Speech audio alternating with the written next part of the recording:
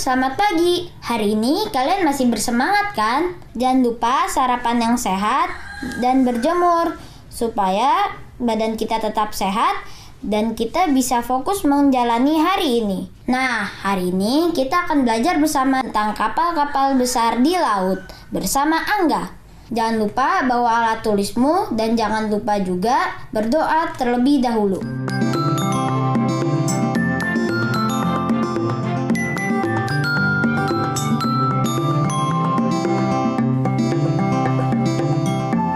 Bener nggak mau dijemput? Udah sampai kan? Oh, ya udah kalau gitu langsung aja ke rumah, ya? Iya kalau mau dijemput sih, oke. Nggak? Oke. Ya udah ditunggu ya. Siapa sih yang mau datang? Mau tahu atau mau tahu banget? Mau tahu banget lah ya. Kasih tahu nggak ya? Siapa sih ya? Ini Paman Harry katanya mau ke rumah kita. Dia mau berlibur akhir pekan ini. Beneran ya? Ya bener lah. Masa ayah bohong? Bohong kan dosa. Hore! Ya udah ya. Ayah mau ngerjain sesuatu dulu. Oke ya. Halo guys, aku baru dapat berita kalau Om Harry bakal nginep di sini. Om Harry adalah adik ayah yang bekerja di kapal tanker. Seru banget gak tuh? Aku sih udah pernah naik kapal, tapi belum pernah naik kapal tanker. Kalau kamu udah pernah naik kendaraan air belum? Kalau iya, kapal apa? Pasti sudah banyak yang naik kapal. Tapi Angga tahu tidak? Bahwa jenis kapal besar itu banyak sekali.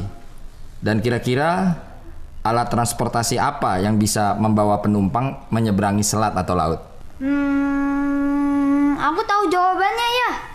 Kalau teman-teman tahu nggak jawabannya? Dari jawaban ini, kalian tahu tidak jawaban yang benar apa?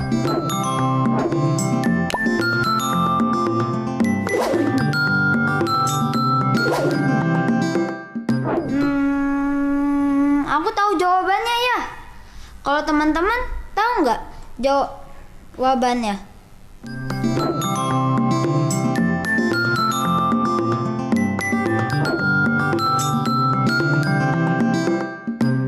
Benar sekali. Kapal feri. Tadi ayah bilang kalau ada banyak jenis kapal. Apa saja sih jenis kapal-kapal? Kalau gitu, biar paman aja yang jawab. Om Heri. Apa kabar jagoan paman? Jangan saling dulu. Tangan paman masih kotor, harus dibersihkan. Paman mandi dulu ya. Oke jagoan? Oke. Paman mandi dulu ya. Kak, apa kabar kak? Alhamdulillah sehat, Er. Kolam renang udah jadi? Belum, masih dibikin. Mandi dulu lah. Oh, oke lah. Mandi di kucuran aja deh.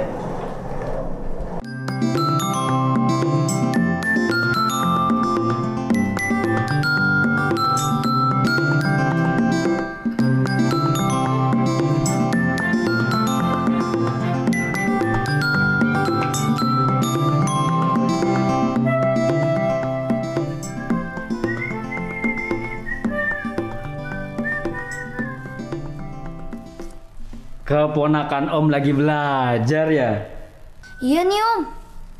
Ini ada oleh-oleh buat kamu.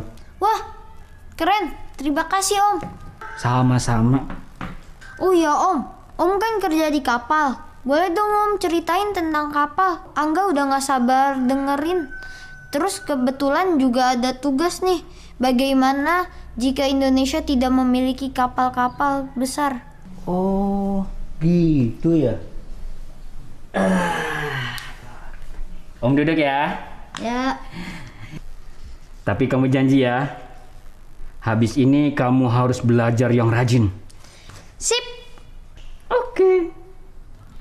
Gini nggak? Jenis kapal di lautan itu banyak. Fungsinya beda-beda. Ada yang memang fungsinya untuk alat transportasi masyarakat, ada juga untuk ekspor dan impor, dan ada juga memang untuk keperluan pertahanan dan pengetahuan. Yang jelas, sebagai negara bahari dan maritim, kapal-kapal besar itu sangat dibutuhkan negara kita. Dengan begitu, kebutuhan masyarakat untuk mengakses tiap-tiap daerah dapat terpenuhi. Perekonomian jadi terjaga dan membuat perbedaan harga barang di setiap daerah tidak terlampau tinggi. Karena tarif pengiriman menggunakan kapal jauh lebih murah. Kalau yang Om tahu, kapal-kapal yang dimaksud tadi itu apa aja? Yang pertama, kapal feri. Kamu sudah tahu dong kapal feri itu apa? Kapal penumpang yang digunakan untuk menyeberangi selat ke pulau lain. Kapalnya lumayan besar. Dulu aja pas liburan sama ayah dan ibu, Angga lihat mobil, bus, dan truk bisa masuk ke dalam kapal. Betul. Muatannya memang banyak. Nah, ada juga kapal pesiar namanya. Kapal ini bisa membawa ribuan penumpang. Tapi tujuannya murni untuk liburan. Di kapal ini sudah lengkap fasilitasnya. Ada kamar tidur, restoran, bioskop, toko-toko, bahkan ada kolam renang juga loh. Biasanya kapal ini akan mengunjungi banyak negara dalam rute perjalanannya. Wah, seru banget. Nah, ada juga yang khusus untuk mengangkut barang nggak? Namanya kapal barang. Yang termasuk kapal barang ini adalah kapal peti kemas dan tanker minyak. Fungsinya udah jelas dong. untuk membawa barang-barang ekspor impor ke seluruh penjuru daerah ataupun dunia. Kapal tanker itu tempat Paman Heri sekarang kerja kan? Wah, Paman Heri hebat banget bisa kerja di tempat sekeren itu.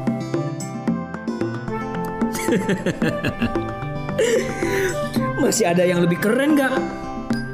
Contohnya kapal raksasa yang besar dan tingginya bisa mencapai 100 meter. Namanya kapal derek. Kapal ini bisa mengangkat barang berat dan membantu pembangunan di kawasan lepas pantai. Selanjutnya ada kapal FPSO atau disebut Floating Production Store and Offloading. Om juga sering kesini nih untuk mengambil minyak. Nah, kapal inilah yang digunakan untuk mengebor, mengolah, dan menyimpan minyak bumi lepas pantai sebelum akhirnya dipindahkan ke kapal tanker minyak. Oh gitu. Jadi aslinya minyak diambil dengan kapal ini ya ternyata. Terus tadi Paman sempat bilang tentang kapal untuk pertahanan dan pengetahuan. Itu kapal apa lagi dong Paman? Pinter. Perhati juga kamu ya. Jadi ada kapal yang digunakan khusus untuk keperluan peneliti. Itu disebut kapal peneliti atau riset. Contohnya kapal oceanografi yang meneliti kelautan. Kapal peneliti ini penting banget di negara kita enggak? Karena wilayah laut kita yang luas ini masih dipenuhi sumber alam yang masih harus diteliti. Kalau yang untuk pertahanan, contohnya kapal perang, kapal patrol, kapal rumah sakit, dan kapal selam. Kapal ini milik angkatan laut yang dibuat khusus untuk kebutuhan militer.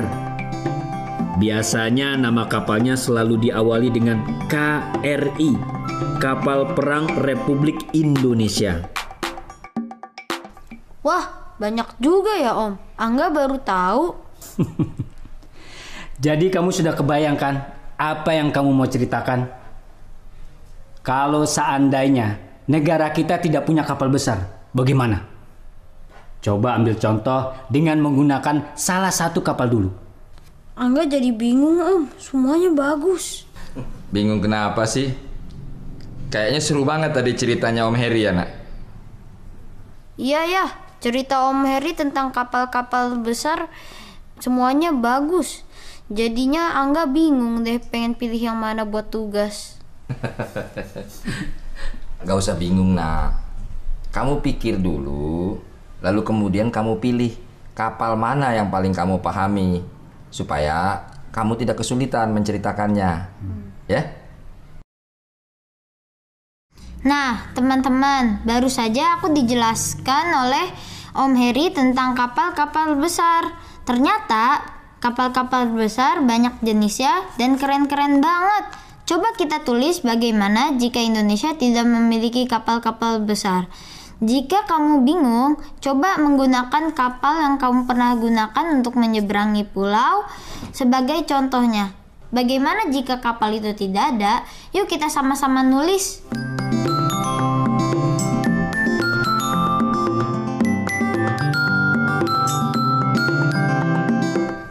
Angga, ini kamu ada yang kurang benar nak.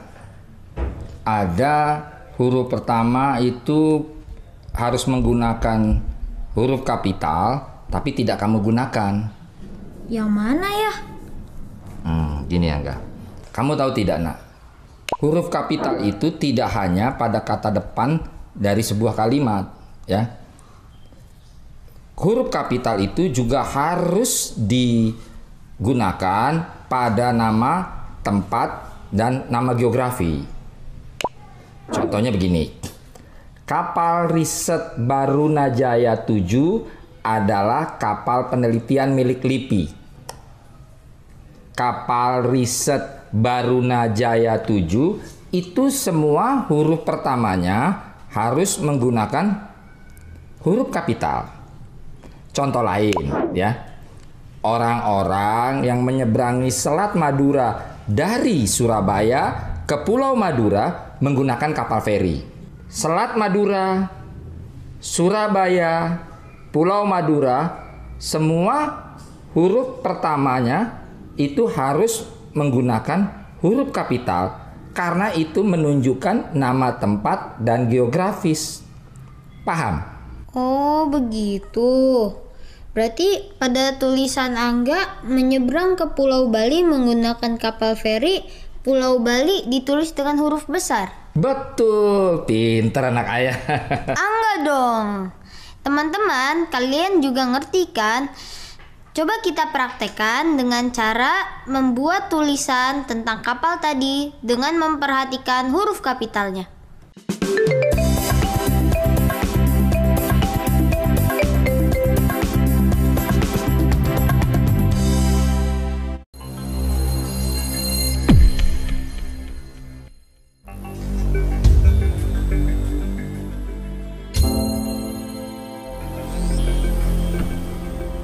Aku kangen sekolah.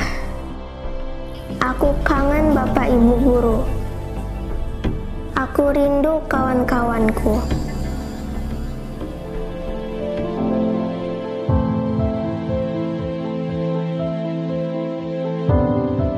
Jaga kesehatan ya teman-teman, biar kita bisa cepat bersekolah lagi.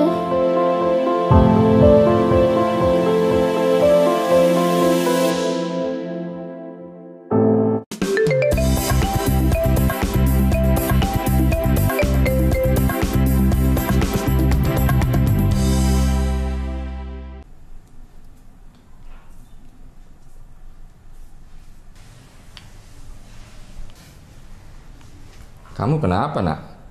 Apa yang kamu tidak mengerti? Ini ya, aku sedang penasaran tentang kapal tanker dan minyak yang dibawanya. Emang apa sih bedanya sama minyak yang dibawa oleh mobil tangki? Oh, kalau itu kamu tanya langsung aja ke Paman Heri. Kan dia yang kerja di kapal tanker, ya kan? Oh iya ya, kalau gitu Angga tanya Paman Heri dulu ya. Ya. Paman Heri baru selesai makan ya? Baru selesai makan. Angga nggak lihat, Ada apa? Ada yang mau ditanyakan? Iya Paman. Paman kan kerjanya di tanker. Nah, kapal tanker itu tugasnya itu ngangkut minyak kan? Ya iya dong. Masa kapal tanker ngangkut tanaman? Bisa aja jagoan. Nggak. Tugas kapal tanker itu mengangkut minyak dari kapal FPSO yang tadi Om ceritakan. Emang bedanya apa sama minyak yang dibawa mobil tangki? Kalau mobil tangki itu biasanya sudah berupa keturunan dari minyak bumi yang berupa bahan bakar. Dari minyak bumi itu, minyak akan didistribusikan ke pos-pos distribusi minyak lainnya.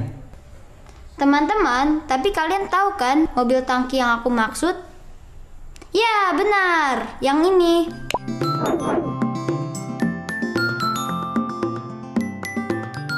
Sekarang gantian.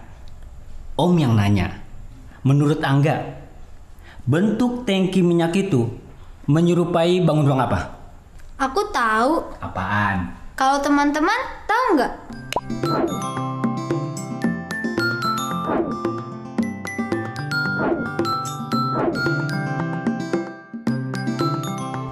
Ya, benar. Betul. Tangki minyak itu menyerupai bangun ruang tabung. Oke? Makasih ya Paman. Ya udah, Angga belajar lagi ya. Oh iya dong, harus belajar. Tapi jangan ngantuk, ya. Oke. Jangan mandi malam-malam, Kak. Oke. Sip. Nikmat. Gimana, Nak? Kamu sudah tanya dengan Paman Heri? Udah ya. Paman Heri juga udah menjelaskan Angga tentang mobil tangki minyak yang tangkinya mirip bangun ruang tabung. Kamu udah pernah lihat langsung kan mobil tangki minyak? Udah pernah ya? Nah, jadi ukuran mobil itu kan berbeda-beda, ya. Ada yang besar, ada yang kecil. Nah, ini misalnya nih untuk pendistribusian minyak, ya kan? Mobil tangki besar yang isinya 8.000 liter itu, apabila isinya hendak dipindahkan ke mobil tangki yang berukuran lebih kecil, 4.000 liter, ya, itu muat tidak menurut kamu? Nggak muat ya? Karena volume mobil kecil nggak cukup.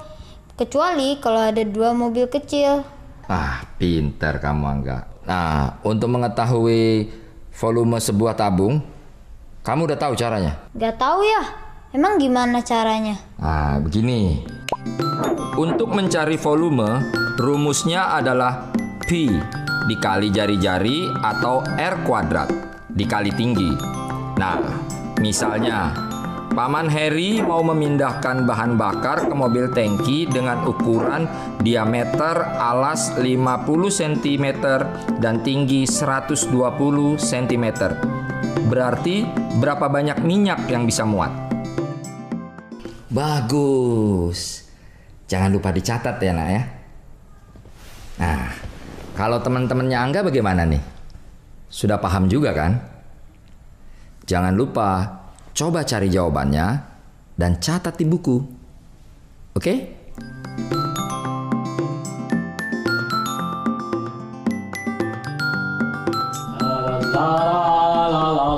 Paman, kok Paman cepet banget sih pulangnya? Angga belum puas main sama cerita-cerita nih Om. Maaf nggak, liburan Om kali ini sangat singkat sekali. Walaupun singkat, tapi seru Paman. Angga jadi bisa belajar banyak hal. Oh iya? Iya Paman. Angga jadi bisa belajar tentang kapal-kapal besar di laut, membuat cerita, belajar tentang huruf kapital, dan juga menghitung volume tabung. Wih, banyak juga ya. Makanya Her, sering-sering lah main kemari. Kasih banyak pelajaran buat keponakanmu ini Her. Syukurlah. Kalau Om sudah banyak bisa mengajari kamu banyak hal. Om janji, kalau liburan nanti, Om sering-sering main ke sini. Beneran Paman? Betul. Om janji. Asik. Ya sudah, aku pamit dulu ya Kak. Oke. Titi DJ. Amat Albar. Hati-hati di jalan. Jalan amat lebar. Jangan lupa Kak, kolam renang dibuat dulu. Siap. Liburan nanti saya main lagi. Jaga tangan. Paman jalan dulu ya. Ya. Siapa bilang pelaut mata keranjang?